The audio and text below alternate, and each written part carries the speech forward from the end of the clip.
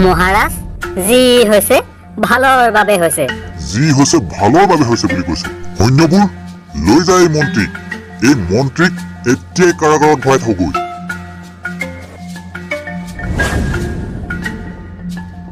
সৈন্যবোৰ তহঁতে ইয়াতে ৰ, মই আজি এই উত্তৰ দিশৰ ফালে চিকাৰ কৰিব যাওঁ।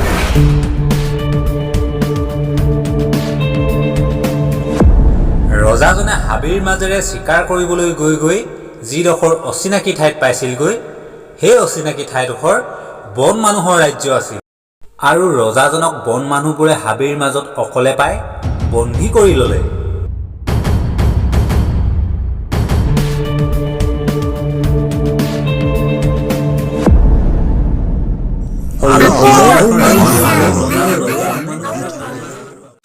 Humba humba ho ha, humba humba ho ha, humba humba ho ha, humba humba ho ha, humba humba ho ha, humba humba ho ha, humba humba ho ha, humba humba ho ha। আৰু বন মানুহবোৰে ৰজাজনক ধৰি নি বন মানুহবোৰৰ ৰাজ্যৰ Humba ৰজাৰ humba কাষত ho পালেগৈ। ha, humba humba humba humba humba humba humba humba ho ha, humba humba ho ha, humba humba ho ha।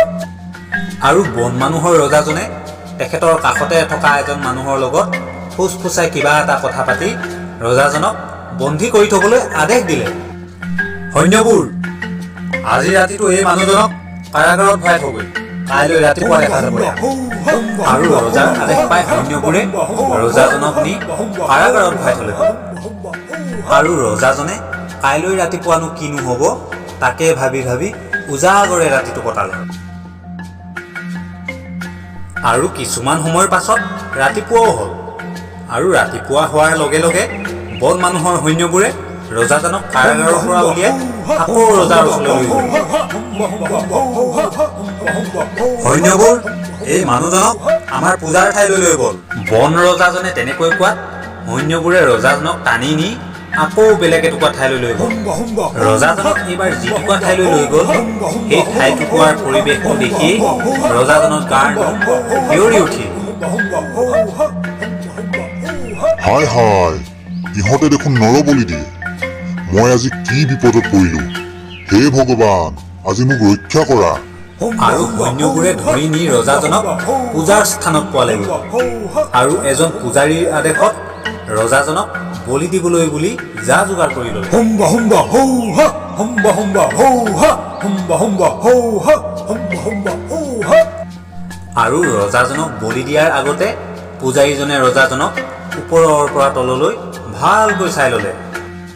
আৰু পূজাৰীজনে কিবা এটা লক্ষ্য কৰি হঠাৎ ৰজাজনক ক'লে যে, মহাৰাজ, এখেতক বলি দিব নোৱাৰি মহাৰাজ, এখেতৰ এটা ভৰি আঙুলি নাই।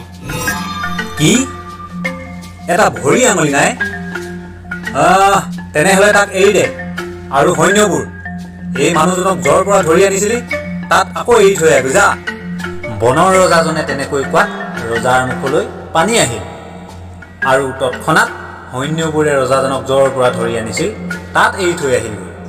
আৰু বন মানুহৰ পৰা মুকলি হৈ ৰজাজনে এটা দীঘল উশাহ কাঢ়ি ভাবিবলৈ ধৰিলে। মোৰ ভৰি আঙুলিটো কাটোতে মন্ত্ৰীজনে সঁচা কথাকে কৈছিল, যি হৈছে ভালৰ বাবে হৈছে বুলি। মোৰহে বুজি পোৱাত ভুল হৈছিল। মন্ত্ৰীয়ে মোৰ ভালৰ কাৰণেই কৈছিল। নাই নাই, এই মন্ত্ৰীক মই আজিয়েই কাৰাগাৰৰ পৰা মুকলি কৰোগৈ। মন্ত্ৰীৰ কথাতেই আজি মোৰ জীৱন ৰক্ষা পৰিলে। আৰু ৰজাজনে খৰধৰকৈ হাবিৰ পৰা ওলাই ৰাজকাৰেঙৰ ফালে খৰখোজ ল'লে। আৰু ৰজাজনে খৰধৰকৈ কাৰাগাৰত বন্দী কৰি থোৱা মন্ত্ৰীজনক মুকলি কৰিবলৈ গ'ল।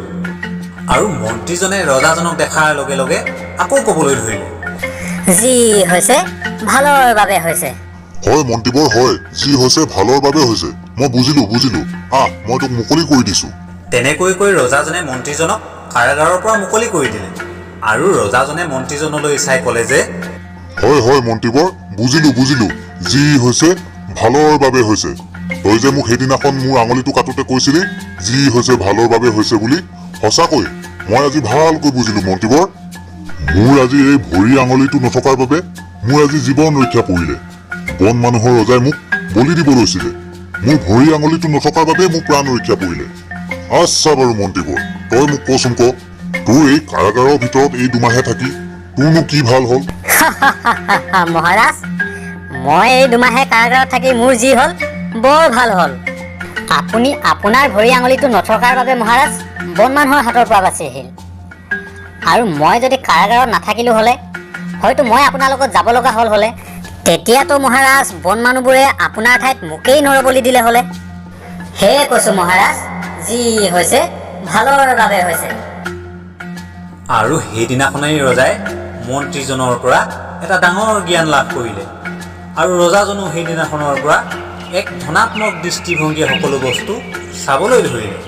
ইয়াকেই কয়, প্ৰতিটো বস্তুৰে এটা ভাল গুণ আৰু এটা বেয়া গুণ থাকে। আৰু ঠিক তেনেদৰেই প্ৰতিজন বেয়া মানুহৰ আঁৰতো এজন ভাল মানুহ লুকাই থাকে।